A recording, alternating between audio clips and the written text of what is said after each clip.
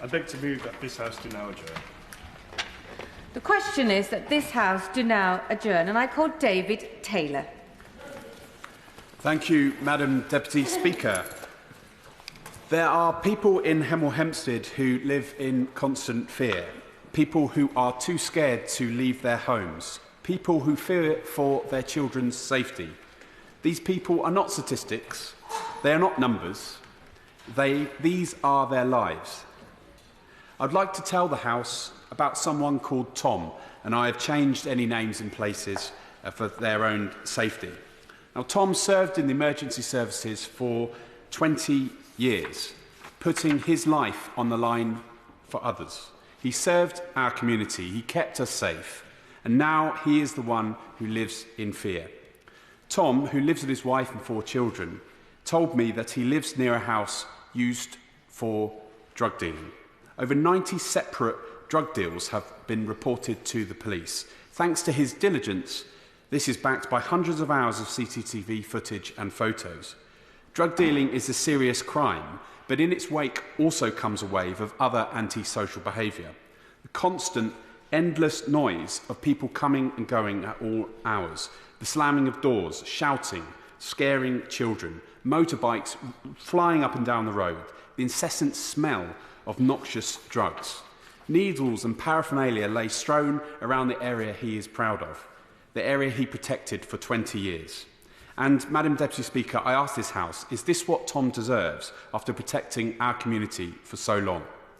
And Tom is not alone. I'd like to tell you a story about Cassie, again, not her real name. Cassie has an 8-year-old son. He likes maths, football and playing outside. In recent months, however, he is too scared to play outside. And even if he wasn't, other children have also stopped venturing outdoors. And why is this? Because the communal garden where he once played his favourite sport lies littered with dog poo. People have tried to clean it up, but large, aggressive dogs let loose act as a deterrent to any community-minded people. The green space, once a makeshift football pitch, has turned into a place for people to smoke drugs, play loud music at all hours of the day, and shout abuse at any passerby. Cassie's son, at just 8 years old, lives in fear. And due to the ongoing stress, Cassie herself is on antidepressants and her husband Gary is in therapy. Their son is so fearful that he cannot sleep alone, scared the thugs outside will make their way into his home. And Madam Deputy Speaker, it is not just drugs and aggressive behaviour. Another constituent at one of my surgeries, Maria, told me of her case. She and her partner, child and neighbours have been dealing with an abusive, unsafe and disruptive resident since June 2023, letting intoxicated people into their building, threatening violence, rubbish piled high and attracting rodents, smashing windows and alleged arson. These are just some of the things that Maria and her family have had to deal with. Madam Deputy Speaker, when considering Gary, Maria, Tom, Cassie, the other 55 people in my mailbox, and the others too scared to report their cases to me at all, there is a theme. Antisocial behaviour sits in a grey area. The hard-working police are often not resourced. The council often relay that it is a police matter. Housing associations are often limited in how they respond. And meanwhile, residents suffer. Would the right honourable member give way? I will on that point. Thank you. I congratulate the honourable member for securing this debate. As a neighbouring member in Hertfordshire, it's a really important issue. And you mentioned those constituents, but also I did a recent survey on businesses on high streets who said that actually one of their big issues is around antisocial behaviour. So would the right honourable member agree with me that this also impacts our high streets and businesses as well? David Taylor. I thank the honourable member for that point, and I do entirely agree. And I also would point out to some of the visits that I've done to some of my businesses, and she will know that we've had similar themes. And I am actually grateful, though it's a slightly different point, that this government is planning to bring in new measures to crack down on shoplifting, which I know is a big problem as well, that is often going unpunished at the moment. Madam Deputy Speaker, Hemel Hempstead, my community, is in a tough position. In January 2024, we were the worst major town in Hertfordshire for antisocial behaviour, with more than 200 reported incidents. The town centre is one of the most dangerous towns in Hertfordshire. Local stakeholders have told me just this morning that Dacorum has the highest number of vulnerable children at risk from exploitation from drug dealers and county lines in the county. The overall crime rate in 2023 was 95 crimes per 1,000 people. And damningly, between 2014 and 2024, the crime rate doubled. Many Hemel residents have asked me on the doorstep and at my surgeries, why are we in this mess? And I will tell you. We had a Conservative government. We had, until 2023, a Conservative Borough Council. We have a Conservative County Council. We have a Conservative Police and Crime Commissioner. And we had a Conservative MP. I will give way. Tim, thanks the honourable member for giving way. He will know that his party's been in government for over 6 months now. What has changed in that time? Well, I thank the honourable member for giving way, and he knows that I do try and work with him locally in a constructive way. And indeed, I am trying to do so going forward. But the problems that we have in Hemel Hempstead are 14 years in the making. Some of them go back 20 years, and they are due to some long-standing issues. And I do think it is fair to point out that the people in charge of those issues at the time could have done more to help resolve them. Now, on that point, he will know that I am used to trying to find solutions together and not pointing the finger and looking backwards. But the numbers don't lie, and it is impossible to ignore that indisputable fact that the time that Conservatives were in power, 14 years nationally and for longer locally, crime locally has skyrocketed. They ignored antisocial behaviour, cut our police force by 20,000 officers nationally, and took 60p out of every pound from local authorities. Objectively speaking, this is where we are. This is their mess, and people in my patch are the ones dealing with it. In the time that the Conservatives were in power, crime in Hemel doubled. I will say that again. The time the Conservatives were in power, crime in Hemel doubled. I defy anyone to defend that record. Just on that point, I thank my honourable friend. He's been very generous with allowing me to intervene again. One of the downsides of great transport links that Hemel has, and similar to other parts of within my constituency, is transport links. County lines is a relatively new phenomenon, and off the back of our road and train network, we're seeing crime potentially come out of London. Has he worked with the London Labour Mayor on addressing those issues? Well, yes, I am looking to do everything I can to work with the Labour Mayor, but we know, of course, that he is subject to the same national cuts that we've seen elsewhere in terms of the cuts to police numbers. So this is a sort of problem that we have been dealing with in terms of the problems that we have with the resources that our police have. As a candidate, and again, since my election to Parliament, I have been out with bobbies on the beat to see the issues they face firsthand as part of the Hertfordshire Police Ride-Along scheme. And after seeing them in action, I would like to commend our police. I do not exaggerate when I say that they are heroes and heroines in our community. In Hertfordshire, we have seen some progress, thanks to the local police, in tackling the plight of antisocial behaviour, and I do thank them again for their service.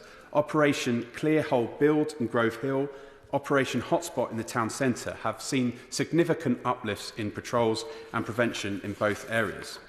Officers PC Beresford and Sergeant Divney from the neighbourhood team have led the charge against antisocial behaviour from the front, and they and their colleagues are an asset to their force. And Madam Deputy Speaker, I would also like to pay tribute to Hemel's Chief Inspector Dave Scarrett. He has been exemplary in his role, and today happens to be his last day. I wish him well in his new role with Bedfordshire Police. When it comes to tackling antisocial behaviour, the police are the key, but even more so is giving them the tools and the resources they need to do their jobs. In my conversations with the Police Federation, I'm making sure that when many of us flee from an incident and they rush towards it, they do so safe in the knowledge that they have the support they need and deserve. Madam Deputy Speaker, I have carried out an audit of the 55 cases so far that have been reported to me by residents. I've analysed them for themes, and one thing keeps emerging. Police are just one part of the jigsaw when it comes to tackling antisocial behaviour. There is a role to be played as well by local authorities and housing associations as too. In many incidences, upstanding residents have gathered the information and evidence thoroughly at their own risk and expense and submitted it to the council and their housing association. However, in some cases, they've seen no action. In some instances, the council have refused to re-add them to the housing list due to them being adequately housed, yet not acted against the troublemakers. nearby. In others, communication between police and council teams has not been consistent enough, or in some cases completely absent. And I have had some reports of housing associations simply not replying to their residents. Madam Deputy Speaker, all members of this House have a responsibility to do their bit to tackle this issue. Will my honourable friend give way? Will give way. I thank the honourable friend for giving way. Does he agree with me that it's not just members of Parliament, but also it's incumbent on all constituents to work together to make sure that, especially our young people, when growing up, have those positive role models around them in a community setting such that they do not fall into a life of antisocial behaviour and that they can see a way to get on in life? I thank the honourable member for his point, and I have benefited myself from the Hertfordshire Youth Service as member of the UK Youth Parliament, which is sadly something that's had to been pulled back in the County of Hertfordshire County Council because of cuts to the youth service in our council. And that was just one example of the ways that young people can be offered a chance to build their confidence and skills, and partly why I'm able to speak to you all today. Madam Deputy Speaker, MPs have a duty to their constituents, to the police, the many hard-working council officers who deal with antisocial behaviour. That is why I've made it such a key priority for myself. This week, I was lucky to have the opportunity to meet with the Minister for Policing, where I raised Hoskin Court, Livingston Walk, Swallowfields and other hotspots across our area. I have also pushed for Hemel Hempstead to be considered as part of the new Respect Order pilot. This respect order will give police new powers to crack down on yobs and thugs with zero tolerance and 100% focus on victims. I've also been out with the police for ride-alongs. The purpose of these is to see firsthand what our officers are seeing and understand further the tools they need to do their job. I've had regular meetings with the Chief Inspector to understand the whole Hemel picture and raise residents' concerns. And I've also met with the Police Federation reps. They are best placed to tell me the strategic issues faced by officers. I will continue to do all that and more to support those on the front line of facing antisocial behaviour. Madam Deputy Speaker, finally, I have spoken today of the harrowing accounts of some of my constituents. I have set out why we are in this mess because of 14 years of dereliction of duty by the previous Conservative administration. Now I want to talk about the way in which Labour is working to fix the problems we have inherited. I very much welcome the new respect orders which will give police and local councils the power they need to ban persistent offenders. I hope my patch will be picked to join this scheme when it is launched. I also welcome the action on boy racers, with Labour giving police stronger powers to seize vehicles involved in antisocial behaviour. The forthcoming Crime and Policing Bill, partially replacing existing civil injunction powers for adults, will hit nuisance off-road bikes hard, something I know affects my residents too. And I am particularly pleased to see enhanced powers to complement the government's commitment to restoring neighbourhood policing in England and Wales. Madam Deputy Speaker, for too long, people in Hemel have been let down. The new government are showing leadership, and as the new MP for Hemel Hempstead, I pledge today to do all I can to ensure these national changes are felt locally. I call the Minister, Seema Malhotra. Thank you, Madam Deputy Speaker. And may I start by congratulating my honourable friend for securing this important debate, and to congratulate him for the work that he is doing in his constituency.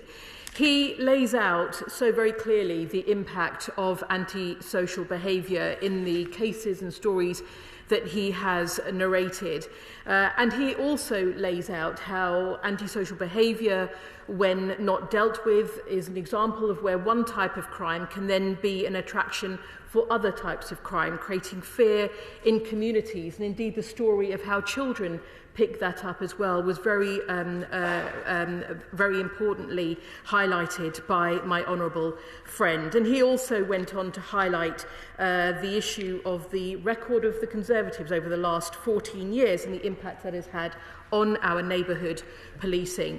Now, I am responding today on behalf of my colleague, the Minister for Policing, fire and crime prevention, who I'm sure will be willing to pick up further on any issues from the honourable gentleman. And I know that he has had a very productive conversation in raising these matters with her very recently. Now, my honourable friend rightly referred to the lamentable record of the previous government on these matters, because even after the previous government belatedly sought to deal with and respond to the reduction in the overall number of officers they presided over, policing has still not returned to our streets. There are still fewer police officers in neighbourhood teams. The proportion of the public who say they've never seen an officer on the beat has doubled, and the number of PCSOs has halved. It is little wonder, then, that the types of crime and conduct that neighbourhood policing used to tackle have soared, as my honourable friend highlighted in his own constituency. And indeed, whether it happens in Hemel, Hempstead or Hertfordshire or anywhere else, antisocial behaviour is a blight on people and on places. Now, as MPs across the House will have seen in their own constituencies, it affects communities in different ways and comes in different forms. But fundamentally, this is about respect, Madam Deputy Speaker, respect for our laws and our expectations as a society, and respect for our fellow citizens. Those who lack this basic respect and behave antisocially have to be made to face the consequences of their actions. And we need to send a message that we will not stand by while decent, law-abiding people suffer as a result of the selfishness of others. To deliver the change that this country needs, we need to restore a sense of local pride. We need to give people the confidence that they are safe and secure, whether they are at home, in their neighbourhoods or in public places.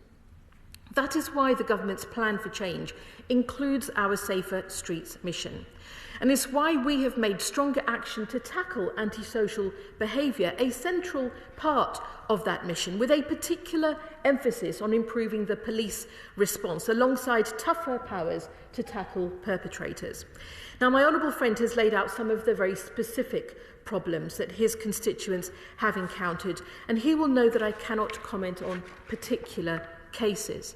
But I do think it will be helpful to share more about the action we are taking more widely. The government has committed to 5 core missions which seek to address some of the fundamental challenges that society is facing, and do that over the next 10 years. The Safer Streets mission will halve violence against girls and women and girls, will halve knife crime, will restore confidence in policing and the criminal justice system. It is focused on addressing both harm and confidence in parallel by taking a whole system approach. Now, these are long-term aims, but the government is already taking decisive steps towards their delivery. These decisive first steps include delivering thousands more neighbourhood policing roles and taking steps to tackle antisocial behaviour through new penalties for offenders.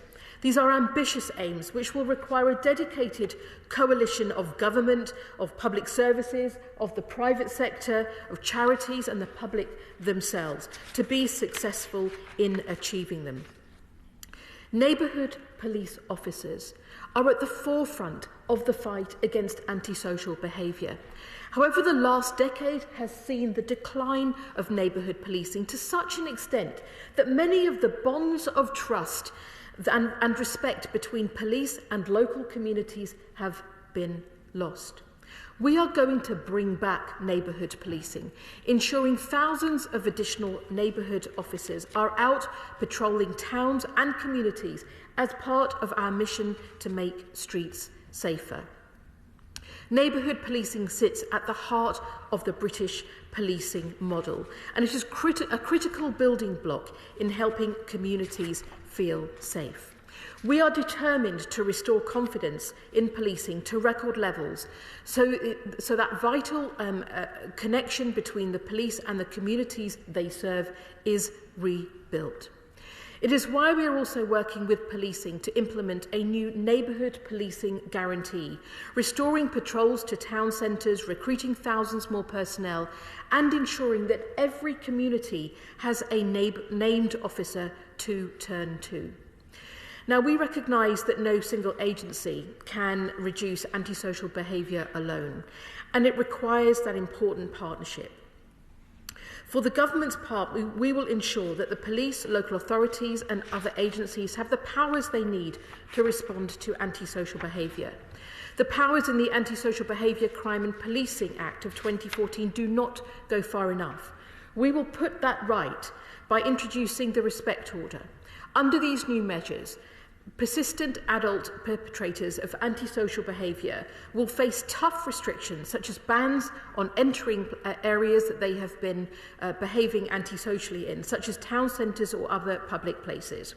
Anyone found breaching a respect order that the Honourable Gentleman, Honourable Friend referred to, will face being arrested and could end up behind bars.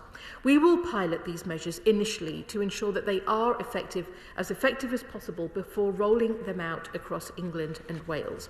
And these changes are long overdue. Now, my honourable friend also mentioned drugs and the harm that they can do to communities. Tackling illegal drugs is key to delivering the government's mission. We know from the crime survey for England and Wales that people using or dealing drugs is among the top 3 antisocial behaviour issues that people most commonly think is a problem in their area. The police have a critical role to play in cracking down on the drugs misuse and antisocial behaviour. We are working with the police to support and increase voluntary referrals into treatment.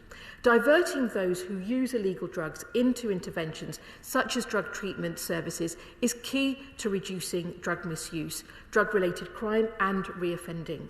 We support the use of drug testing on arrest and out-of-court resolutions to ensure that individuals who commit drug and related offences are given the opportunity to change their behaviours by diverting them to meaningful and appropriate interventions. Now, the Honourable Member for South West Hertfordshire asked what's different since the Labour government came into power.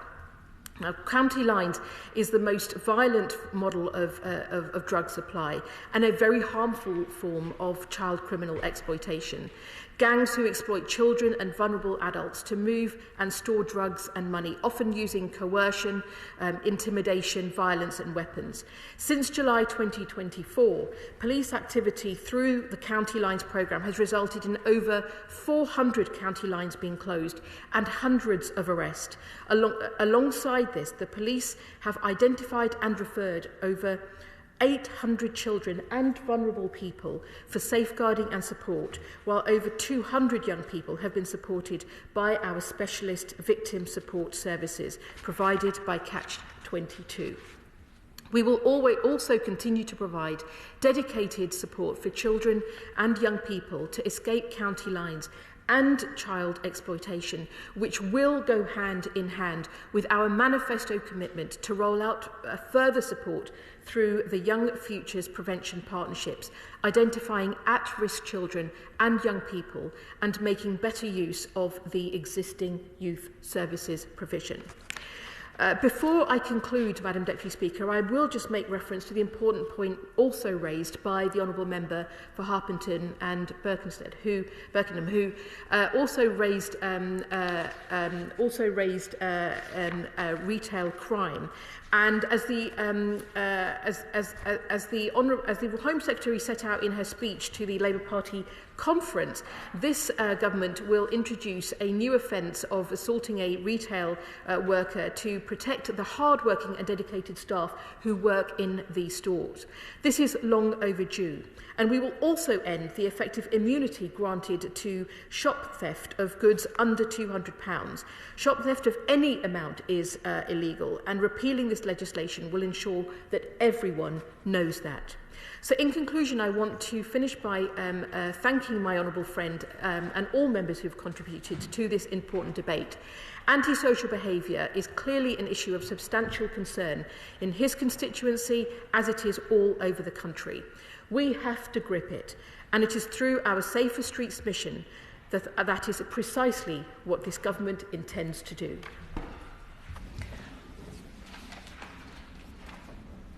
The question is that this House do now adjourn. As many as that opinion say aye. Aye. The ayes have it.